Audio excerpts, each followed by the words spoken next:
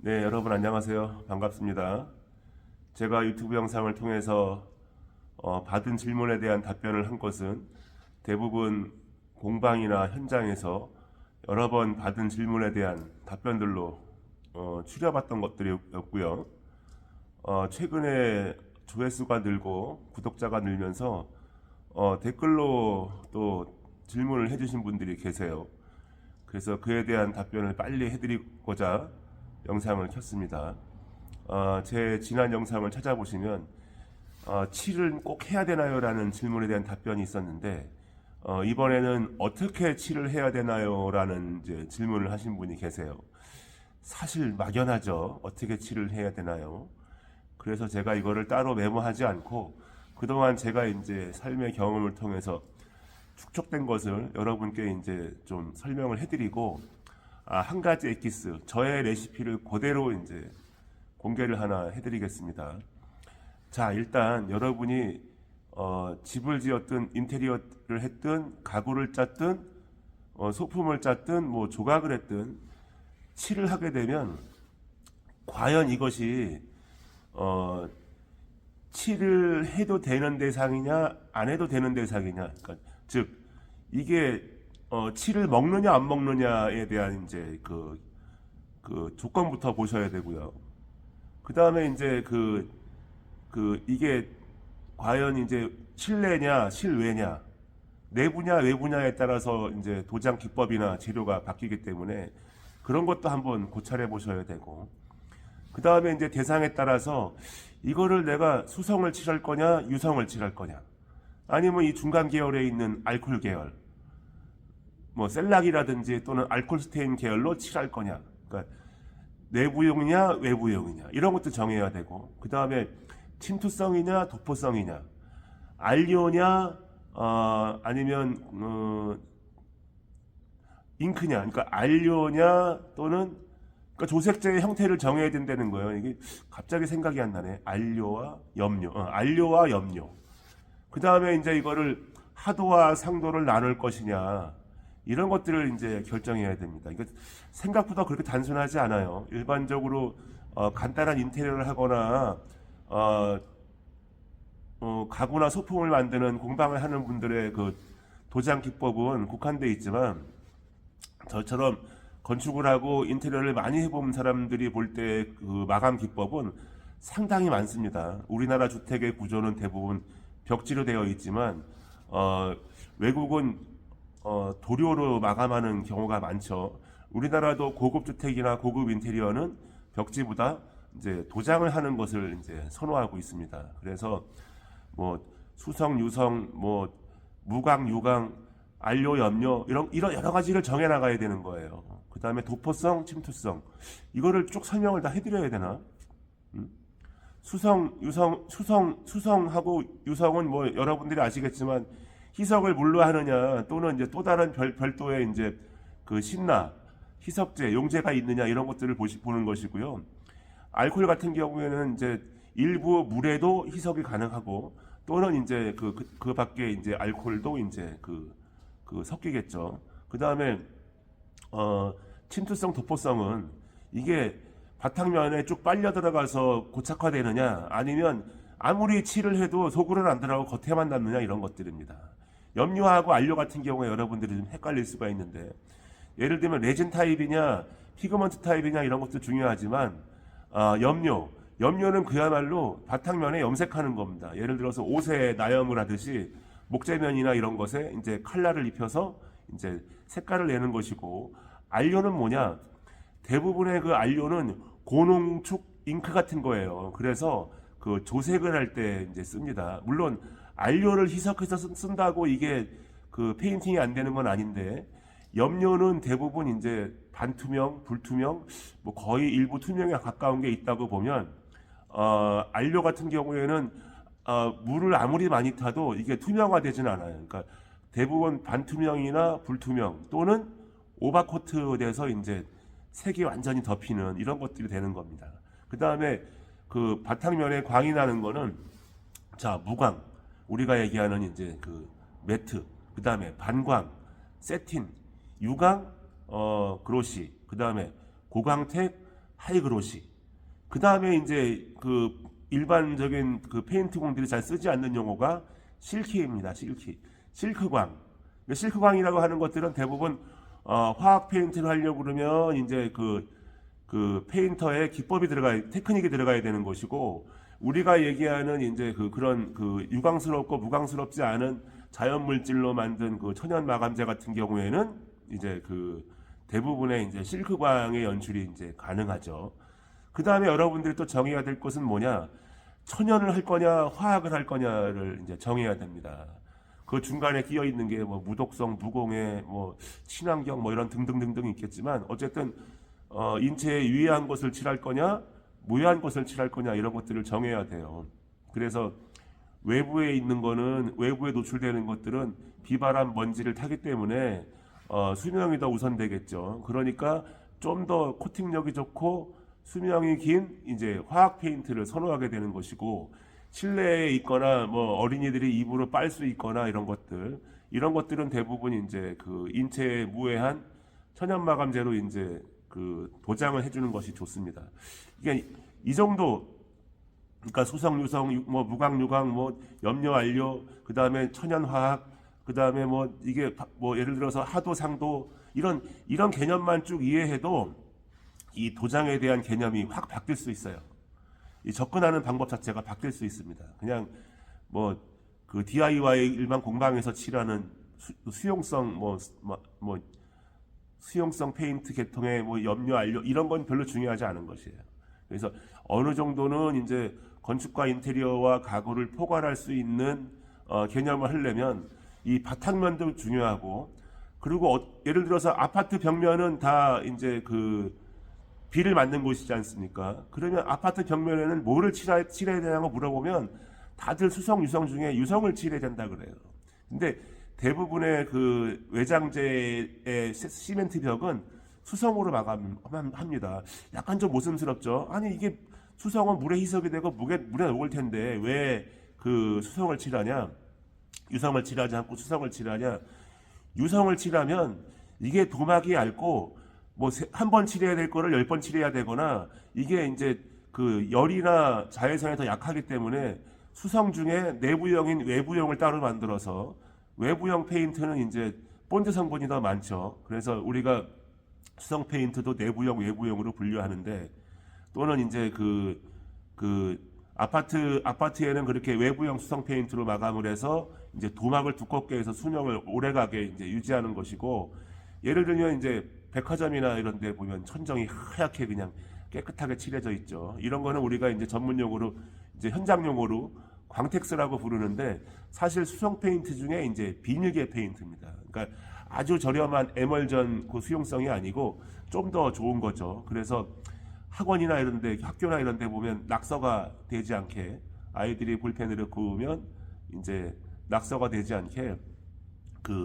광택선의 비닐 계열을 쓰는데, 그거를 낙방 페인트라고 일부 부르기도 해요.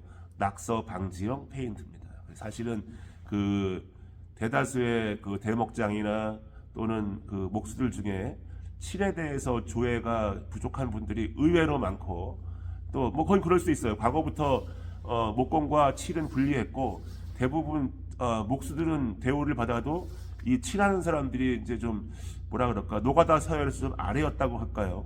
그래서 뺑키라고도 부르고, 이렇게 해서 좀 칠 잘하는 사람들, 칠간에서 일하는 사람들을 칠사라고도 불렀는데, 아무튼 이 목공을 하는 사람들은 의뢰의 칠을 하지 않는 거를 그냥 받아들여서 이렇게 알고 있었고, 뭐 그 중에 일부, 저와 같은 사람들은 아예 처음부터 끝까지 페인트공도 안 써보지 않은 기법들을 도입해서 페인트공을 가르쳐가면서 이제 칠을 많이 해봤기 때문에 이게 이제 개념이 좀 다른 것이에요. 그래서 칠에 대한 개요는 지금 설명을 쭉 해드렸는데, 이거 알아들으시는 분들이 몇 명이나 되나? 제가 현장에 일하는 인테리어 전문가라든지 또는 공방을 하는 분들을 가르쳐 보면 이게 가물가물하다는 거예요. 그러니까 직접 해보지 않으면 모르는 게 너무 많고, 그리고 같이 일해본 사람들의 수준이 다 거기니까 이런 것들을 다 꿰고 있지 못하는 것입니다. 그래서 일단 뭐 제가 따로 이렇게 뭐 교재나 이런 게 있는 게 아니니, 듣는 분들이 한번 좀 조목조목 좀 정리를 해보세요. 필요하시면.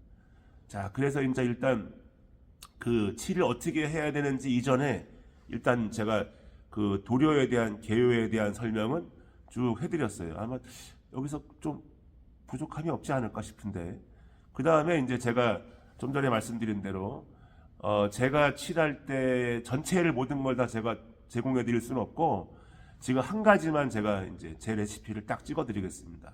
그 복잡하니까 다 필요 없고 그렇게 레시피만 주세요, 이런 분들이 상당히 많았어요. 그래서 일단 제가 원목으로 작품을 하나 만들었다. 그럼 이제 이걸 당연히 칠을 하겠죠. 그럼 어떻게 칠하냐 이겁니다. 그러니까 칠하기 전에 우리가 이제 그 중요하게 여겨야 되는 것이, 일단 저는 1990년대에서 2000년대 초반까지는 눈에만 보기 좋은 질감이면 그 어떠한 그 결과적인 연출을 위해서 안 해본 게 없고 별짓을 다 했어요. 실험 정신도 뛰어났죠. 하지만 그때 이후로 이제 한 두 가지 일을 겪으면서 화학 페인트는 쓰지 않았습니다. 그러니까 아무리 눈앞에 돈이 보여도 인체에 유해한 페인트는 쓰지 말자. 그래서 이제 공사를 하게 되면 제가 지은 집이나 제가 마감한 인테리어나 이런 것들, 가구 이런 것들은 화학 페인트를 거의 사용하지 않았어요. 그래서 화학 페인트를 쓰자 그러면 그냥 연장을 싸갖고 그 현장을 철수를 하면 했지, 그렇게 하지 않았습니다. 지금까지 그 고집을 잘 지키고 살았어요. 그래서 어려운가? 아니 돈이 되면 이것저것 다 해야지. MDF, 방부목, 무늬목, 라카, 우레탄, 그 에폭시, 그걸 왜 가리나? 돈이 되면 그냥 써야지. 뭐 네가 직접 하는 거야? 필요하면 다른 사람 페인트 공백 불러다 시킬 거면서 왜 안 할까? 그래서 어려운가? 그렇다고 이제 와서 제가 당장의 어려움이 있긴 하지만, 그렇다고 한 20년 넘게 안 했던 짓을 돌아가기도 굉장히 어렵지 않습니까? 그나마 그렇게 하지 않음으로 해서 쌓았던 어떤 노하우와 저의 긍지를 버리고 과거로 돌아갈 수는 없는 짓인데, 뭐 과거처럼 뭐 호마이카 붙고 이럴 수는 없는 거 아니겠어요? 예? 다 나가 있으라고 그러고 그냥 혼자 애들 한 명 데리고 들어가서 그냥 바닥에 에폭시 다 부어버리고 그냥 소주 한 병 나발 불고 차에서 자고, 이거 90년대 얘긴데. 에? 그래서 일단 제가 나무로 칠할 때 왜 영상이 뚝뚝 끊어지나? 뭐 자기 혼자 뭐 11분 49초 이렇게 해놓고 영상 뭐 초과 시간이 됐다고 딱 끊어버리네. 하여튼 이어서 한번 가보겠습니다. 그래서 아무튼 이 현대 기술이 이게 이상해. 이게 내가 나무를 깎아서 만들어도 더 잘할 것 같은데, 바보 같은 놈들. 아니 그냥 쭉 그냥 연결해줘야지 그거를 끊어버리냐고. 자, 일단 원목으로 작품을 만들었으면 여기다가 이제 제 의지대로 천연 마감제를 칠한다고 봅시다. 그러니까 투명이든 스테이든 두 가지 정도. 그러니까 투명으로 마감하는 것과 색을 내는 것 정도로 제가 레시피를 공개해 드릴게요. 일단 천연 마감제는 대부분 식물성이고 침투성입니다. 그래서 이게 뭐 탑코팅이 안 된다고 이런 거 칠하면 안 된다는 분들도 제가 여러 봤는데, 그거 바보 같은 소리고, 횟수를 거듭하면 탑코팅이 되죠. 일부는 침투하고 일부는 겉에 남고 그런 것입니다. 그래서 아마인유라든지 이렇게 린시드 오일류에 이제 흠뻑 젖는 계통들은 들어가고, 그 황토나 이런 것들이 그 모공을 막고, 그 다음에 바니쉬나 이런 송진 계열이 코팅을 하는 건데, 이 바보 같은 사람들이 그런 개념이 없는 거예요. 해보니까 안 된다는 거예요. 왜 안 돼? 돼. 똑바로 하면 그게 되지. 당신들이 하는 방법이 잘못됐으니까 컵 올려놓으면 물자국 나고, 그 물자국 낸 그 염료가 번짐이 사라지지 않고 그런 겁니다. 방법을 지키지 않았어요. 똑바로 배우지도 않았고. 그래서 그런 거야. 그러니까 지금부터 제 얘기 잘 들어보십시오. 자, 일단 천연 마감제를 쓰려면 빼바를 곱게 쳐야 돼요. 네? 라카우레탄을 뿌리면 어지간한 흠집 뭐 이런 거 다 덮여요. 그냥 다. 응? 그냥 중간 샌딩 해갖고 그냥 평면을 칠도막을 올린 다음에 중간 샌딩을 해서, 중간 샌딩 여러분 왜 하는지 아시죠? 거칠거칠한 걸 없애고 칠을 눌러서 단단하게 만드는 목적이에요. 그렇게 중간 샌딩을 해서 거기다가 이제 또 상도를 또 뿌려가지고 또 칠해가지고 마감을 하는 것인데, 우리가 쓰는 거는 대부분 식물성이고 침투성이고 도막이 두껍지 않기 때문에 리폼이 굉장히 용이하다는 장점은 있지만 외부적인 강도 스트레스에 좀 약한 편이에요. 스크래치에도 약하고. 그럼에도 불구하고 우리가 천연을 쓰는 거는 무해하기 때문에 그런 거니까. 자, 가봅시다. 일단은 빼바를 곱게 쳐야 돼요. 대부분 현장에서는 180번, 220번 이상을 잘 안 치죠. 저희도 이제 그런 경우가 많은데 샌딩을 곱게 해서 예를 들면 옆에 면, 마구리면, 고구지면이나 이제 일반 나무 표면이나 이런 데 조건을 갖게 합니다. 칠을 할 수 있는 환경을 만들어주는 게 무엇보다 중요하다는 거예요. 칠의 환경을 화학 페인트나 그냥 뿌리게 만들어 놓고 나는 천연이 좋으니까 천연 칠할래. 이 바보 같은 거란 말이지. 그게 당신들 눈에는 안 보이는 거야. 저 얼룩이나 특히 이제 요즘 젊은 친구들이 전문가들이 얘기하는 wet in wet 방식. 나무에다가 오일을 부어서 흠뻑 적신 다음에 나중에 닦아낸다고? 그러면 그게 얼룩 져갖고 그게 무늬처럼 보이는데 당신들 눈에는 그게 무늬지만 내 눈에는 그게 얼룩이라고. 잘못 칠한 거는 칠 망친 거라고. 그러니까 일단 그 샌딩을 곱게 하고 거기다가 그냥 상도만 10번 20번 칠할 게 아니라 하도 같은 거 칠하면 좋습니다. 예를 들면 이제 오일 피니시를 한다. 물론 저는 개인적으로 수용성 거의 안 써요. 나무는 그래도 오일 피니시가 좋습니다. 수용성이 대세인 거는 그 오일에 대한 원료 구하기가 어려워서 수용성으로 많은 기업이 돌아간 거지. 이 오일 피니시는 거의 뭐 인류의 역사가 같이 했기 때문에 이거는 뭐 누가 덮어놓고 반대하고 이거는 허구다 이렇게 말할 근거가 없어요. 나무에 칠할 수 있는 것 중에 오일보다 좋은 게 있습니까? 없죠. 솔직히 드러나고. 뭐 미네랄 페인트니 저 페인트니 어디 되도 않는 그 수용성 페인트는 당장 보면 화사한 느낌이 있지만 오래 보면은 못 봅니다. 질려서. 그러니까 오일 피니시를 하려면 빼빠를 곱게 쳐야 되고 거기에 가급적이면 상도만 갖고 마감하지 마시고 오일에 왁스 이런 거 쓰지 마시고 비싸기만 해 그런 거. 그게 그렇게 막 경유하고 휘발유하고 막 섞어놓으면 차가 갑니까? 물론 물만 넣어도 간다는 차도 있죠. 하지만 자 보세요. 가급적이면 순서대로 세상에 원액형 도료 같은 건 거의 없어요. 아니 화학 페인트에도 다 샌딩 실라가 있고 라카우레탄이 있고 다 하도가 있고 상도가 있고 퍼티가 있고 서페이서가 있고 다 이렇게 있는데 천연이 그냥 그렇게 하나로 막 덮입니까? 눈 가리고 아웅이지. 그러니까 프라이머를 가급적이면 쓰세요. 그 프라이머는 그러면 어디 시멘트 벽에 바르는 프라이머나 바인다처럼 한 번 바르고 마냐? 글쎄 사람마다 다른데 프라이머를 한번 반복해 보십시오. 프라이머를 칠하고 그 다음에 또 칠하고 말려야겠죠. 하루씩은 말려야 되죠. 어쨌든 칠하고 말리고 반복할 때 중간에 거칠면 빼빠치고 고운 걸로 예를 들면 400번 이상 600번 이상 이렇게 빼빠쳐서 이거를 칠하다가 2번 3번 칠했는데 어느 순간 이게 갑자기 칠이 속으로 안 먹어요. 그럼 이게 눈매 모공이 다 닫혔다는 얘기거든. 이미 침투성 도료가 다 빨려 들어갔다는 얘기예요. 그러면 그때 상도로 넘어갑니다.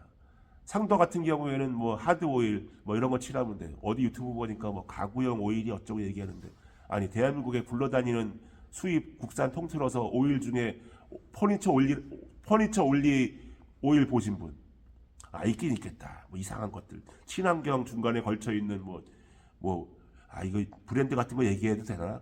거지 같은 냄새나는 리베론 같은 거 이런 거 그런 건 거기다 퍼니처 올리라고 지네 마음대로 쓰는 거예요. 네? 그러니까 이거를 잘 봐야 된다고. 그 만드는 기업들의 철학을 무시할 건 아니지만 그 사람들이 그냥 그렇게 쓴다 그래서 그런 게 다 되는 게 아니에요. 심지어는 천연 페인트 껍데기에 내추럴 페인트라는 용어가 쓰여 있지 않다 그래서 이거는 의심이 간다든지 이런 사람들이 있는데 의심하는 건 저도 해요. 자유야. 근데 그 기업은 천연 페인트만을 평생을 만들었어요. 근데 굳이 이걸 다 아는데 천연 페인트라고 쓸 필요가 있냐 이거. 예를 들면 내추럴 원. 자연에서 얻어온 걸로 이렇게 만들었다. 이 정도만 해도 알아들어야지. 그렇게 다 국가에서 다 인증하고 시험 성적표 다 내서 하는 건데 그거를 우리가 한낱 여기 일하는 쟁이 몇 명이 이게 맞다 안 맞다 이게 그 자체가 모순이라는 거예요. 응? 당신들의 오만이라고. 잘 보세요. 그래서 프라이머 위에다가 이제 마감 오일을 칠합니다. 예를 들면 하드 오일 같은 거예요. 그래서 이거를 반복합니다. 그럼 프라이머로만 계속해도 마감될 것 같은데 왜 안 하냐? 프라이머로만 마감을 하면 이게 도막은 빨리 올라가지만 칠로서의 역할을 못해요. 그러니까 나무의 색상도 시각적으로 튀어나오게 못하고 그리고 최종적으로 맑은 마감을 얻을 수가 없어요. 그리고 프라이머는 딱딱하게 굳지 않아요. 하지만 하드 오일은 말 그대로 이제 살짝 하드하다. 딱딱하다. 결국은 이제 시간이 지나면 이제 굳는다는 거예요. 건성류란 얘기인데 이 하드 오일을 반복해서 칠합니다. 그럼 몇 번까지 칠해야 되냐? 라카 우레탄도 하도 3번, 상도 3번, 하도 4번, 상도 4번 해서 미니멈 너댓 번, 많게는 한 10번까지 칠해요. 근데 천연을 쓴다라는 이 DIY 공방들이 보면 염료 한번 바르고 내보내고 오일 한번 바르고 내보내고 이러니까 이 문화가 오래가지 못하고 이게 저급화되는 겁니다. 그러면 당장 화사하고 이쁜데 일주일 한 또 전화 와서 또 끊어졌어. 이게 이어집니까? 안 이어져요. 이게 때가 껴서 안 이어진다고. 그러면 쓰는 사람은 이 화사해서 좋긴 한데 손때도 먹고 좋은데 다음부터 이런 가구는 안 사야지. 이렇게 되는 거라니까. 어? 왜 일들을 그렇게 합니까? 화학도 6번, 8번 칠한다고 말씀드렸죠. 천연이 뭔데 한두 번 칠하고 출고를 해. 어? 개념 없는 사람들이에요. 마감에 대한 이 피니싱에 대한 개념이 없어. 외국에 가면 여러분도 이제 아마 책을 보신 분들은 아시겠지만 피니싱에 대한 책이 따로 굉장히 많이 나와 있을 정도로 많아요. 그렇게 중요하다는 거예요. 칠이. 우리는 무시하지만 저는 무시하지 않지만 우리나라 사람들 일부는 무시하지만 물론 저는 이제 원서로 된 저 책을 뭐 그림만 봤지 잘 읽어본 적도 없는데 어쨌든 축적된 걸 말씀드리는 거예요. 그렇게 해서 똑같이 중간 샌딩을 합니다. 칠하고 빼빠치고 칠하고 빼빠치고. 왜? 칠을 곱게도 만들어야 되고 눌러서 강하게도 만들어야 되고 이 눈매를 다 메꿔야 되니까 그렇게 다 하고 마지막으로 하는 게 뭐냐? 왁스입니다. 그러니까 동서양의 그 차이점이 왁스 같은 것이고 제가 서양의 문화를 보면서 이건 좀 많이 배웠으면 좋겠다 하는 것 중에 하나가 왁스 문화입니다. 밀랍이죠. 비왁스. 이거를 이제 반고체화되어 있는 걸 칠하고 이제 팔리싱을 하죠. 폴리싱. 양털 패드를 그라인더 같은 거에 이렇게 붙여서 돌돌돌돌 자동차 광택 내듯이.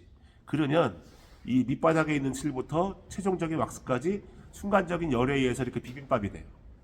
그래서 이게 피니싱이 되는 겁니다. 화학 페인트에서는 없는 게 그 비빔밥 개념이죠. 비벼지는. 그렇게 해서 쓰는 거예요.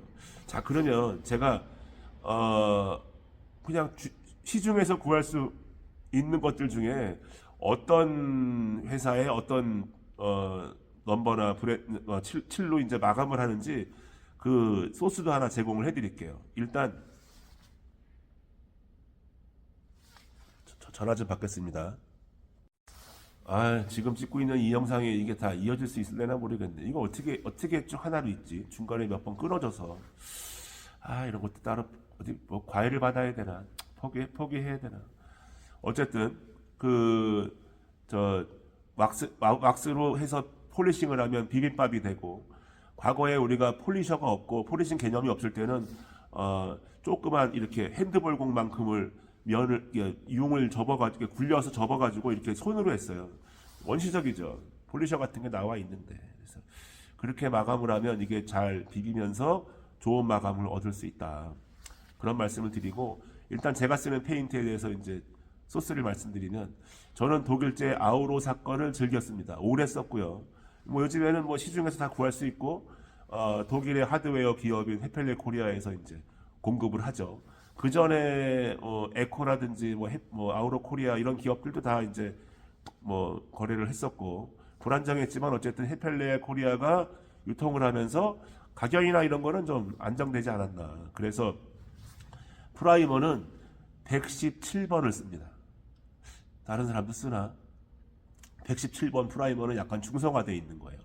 화학 페인트의 서페이서 같은 겁니다. 그러니까 서페이서는 표면에 퍼티보다 훨씬 미세한 이제 모공을 메꾸는 액상형 퍼티 같은 건데, 서페이서는 원래 그 신나 계열이 라카 계열이어서 희석은 라카 신나로 하는데 뿌리거나 칠해서 마르면 중성이 돼요. 그래서 그 위에 뭐 또 다른 유성이라든지 일부 수성 마감제가 이제 가능한 겁니다. 이런 개념 정도 알고 있으면 페인트 공들 같은 사람들 시험 보려면 이런 거 물어보면 돼요. 이런 거 물어보면 대충 이 사람이 선순지 아닌 답이 나옵니다. 그게 이제 말랐을 때 중성화 되느냐 이런 것들. 그러니까 우리가 쓰는 117번 프라이머는 마르면 중성화되고 그 위에 126번 하드 오일을 반복하죠. 그 위에 173번인가 171번 두 가지인데, 왁스가. 이거 헷갈린데. 자, 그러면 번호는 제가 171번, 173번이라고 이거를 몇십 년을 쓰고도 못 외우나? 자, 번호는 두 가지를 말씀드렸고, 한 개는 이게 낙엽성 수지가 많이 들어가서 굉장히 돼요. 바르면 뻑뻑합니다, 이게. 또 한 가지는 시트러스가 많이 들어가서 잘 미끄러져요.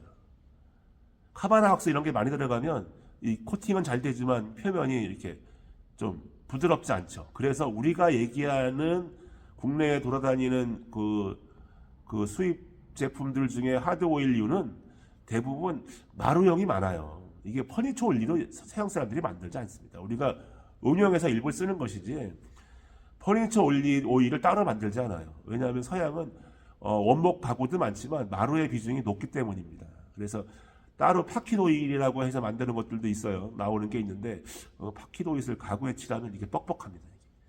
카바나 왁스가 많이 들어간 걸 칠해도 이게 만져보면은 이게 싹싹 미끄러지는 맛이 없어요. 끈적끈적. 정전기 천연 페인트의 장점은 정전기가 없는 것인데 어쨌든 좀 소프트한 이제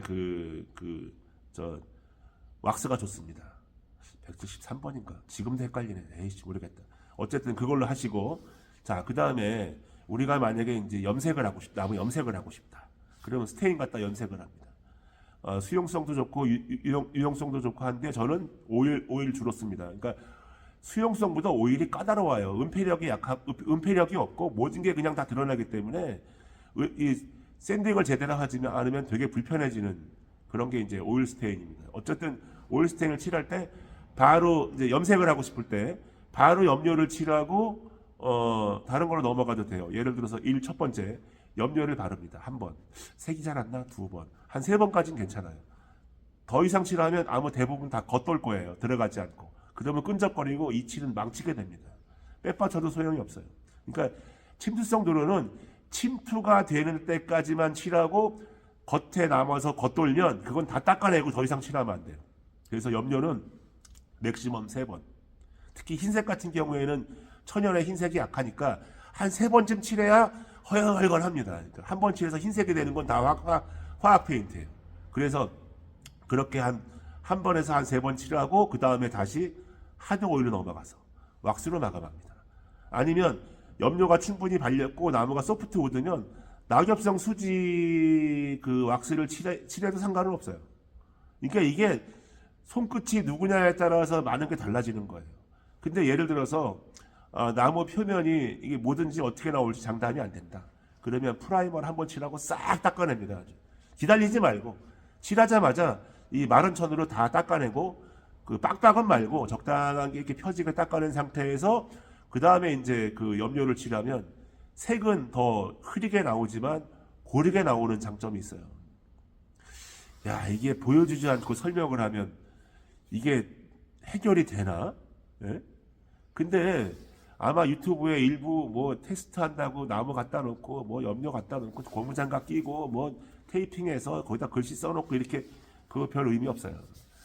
내가 그렇게 하는 사람들 치고 공방이든 현장이든 제대로 마감을 하는 사람을 지금까지 거의 본 적이 없어. 왜? 우리하고는 짬밥이 다르기 때문에. 그냥 유튜브를 하고 싶어서 하는 거지 그릇된 상식이 너무 많아요. 이게 얼핏 보면 말도 안 되는 소리를 다 하고 앉아 있어 보면. 응?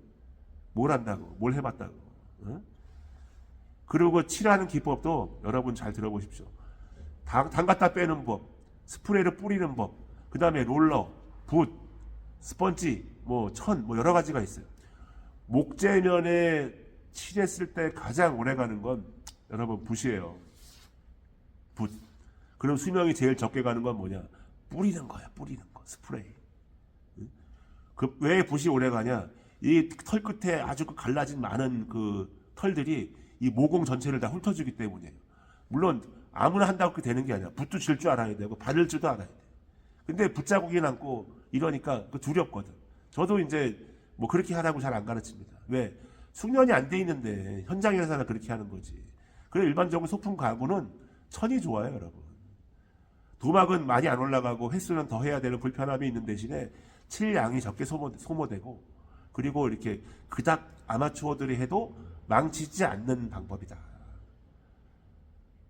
과하게 칠해서 떡이 져서 얘를 막 까내야 되는 상황까지 그렇게 겉돌게 만드느니 그렇게 얇게 여러 번을 칠하는 게 좋습니다. 그래서 칠하는 환경을 잘 만들어 주시고 얇게 여러 번 칠하고, 물론 한 번 칠하면 보통 말리는데 24시간이 걸리고 완전 건조가 아예 불가능하거나 아니면 이제 뭐 한 2주 지나야 이제 제대로 된 이제 그 안착이 되는 그런 상황이 되는 것들이 천연 페인트의 단점이지만, 기후가 좋은 계절에 그리고 이제 저 환경을 잘 만들어 놓으면 아침 저녁으로 칠하는 건 아마 가능할 거예요. 그 대신 얇게 칠하고 잘 펴 바르시고, 나무 표면은 똑같이 칠을 부어놔도 어디는 쭉 빨아먹고 없고 어디는 남아요. 그러면 그 남아있는 걸로 이제 쭉 빨아먹은 부분을 덮어서 이렇게 고르게 칠하는 게 중요하다는 말씀을 드리는 겁니다. 자, 칠 어떻게 해야 되냐고요? 이게 사실 이렇게 짧은 영상으로 설명할 수 있는 건 아니고 좀 더 시간을 들여서 설명을 해서 이것들을 이제 알려드려야 되는데, 그래도 이 정도 설명을 들어도 모르겠다, 또는 도대체 이게 뭐 다 달라라 얘기하는 것 같으신 분들 한번 반복해서 한번 들어보세요. 이게 한 번 듣는 거하고 10번 듣는 거하고 아마 들을 때마다 새로운 것들이 보일 것입니다. 그래서 칠에 대한 개요를 알고 내가 작품을 만들었으면 이제 칠에 대한 계획을 세워서 처음부터 이제 어떤 마감재를 쓸 것이다라는 걸 정해놓고 그 과정을 만들어내는 것이에요. 그래서 뭐 짜임 같은 거 이렇게 하고 그러면 우리가 쓰는 풀들은 대부분 뭐 그게 에폭시든 수용성이든 어쨌든 칠이 풀 자국이 잘 안 닦이면 처음엔 안 보이지만 칠을 하면 이렇게 얼룩으로 남죠. 그것도 뭐 문이라고 우길래나? 우리가 볼 땐 하자인데. 그러니까 잘 닦아내야 되고 잘 말려서 그 부분도 이제 물뿌름 현상 같은 게 생기면 빼빠져서 살짝 한번 지나가고, 한번 빼빠쳤던 거니까 시간 많이 걸리지 않을 거예요. 그렇게 이제 빼빠쳐서 마감을 해서 좋은 결과를 얻도록, 비록 내가 아마추어든 경력이 짧더라도 그래도 이게 좀 솜씨 있게 꼼꼼하게 하면 전문가들 뺨치게 할 수 있는데, 제가 현장 가면 왜 페인트를 직접 칠하고 애들을 가르치고 그러냐? 제가 일손이 많이 부족할 때, 옛날에 정말 많이 할 때는 그래도 그중에 젊고 생각 있는 페인트 분들을 가르쳤어요. 근데 사람의 습관과 관성은 아주 무섭습니다. 그렇게 평생을 칠을 뿌리고 롤라지를 하고 붓질을 하고 했던 사람들이 천연 페인트를 주면 10명이 다 망쳐요. 막 칠이 질질질 흘러내려오니까 막 울고 막 그럽니다. 그냥 그 눈물 자국이 수백 개가 보이면 그거 완전히 다 이거 관장하는 거지. 빼빠를 다 칠 수도 없고. 그러니까 처음부터 문제 안 생기게 알고 해야 된다. 배우고. 그냥 막 딥다 떡치듯이 뿌려버리면 다 흘러내려 버리죠.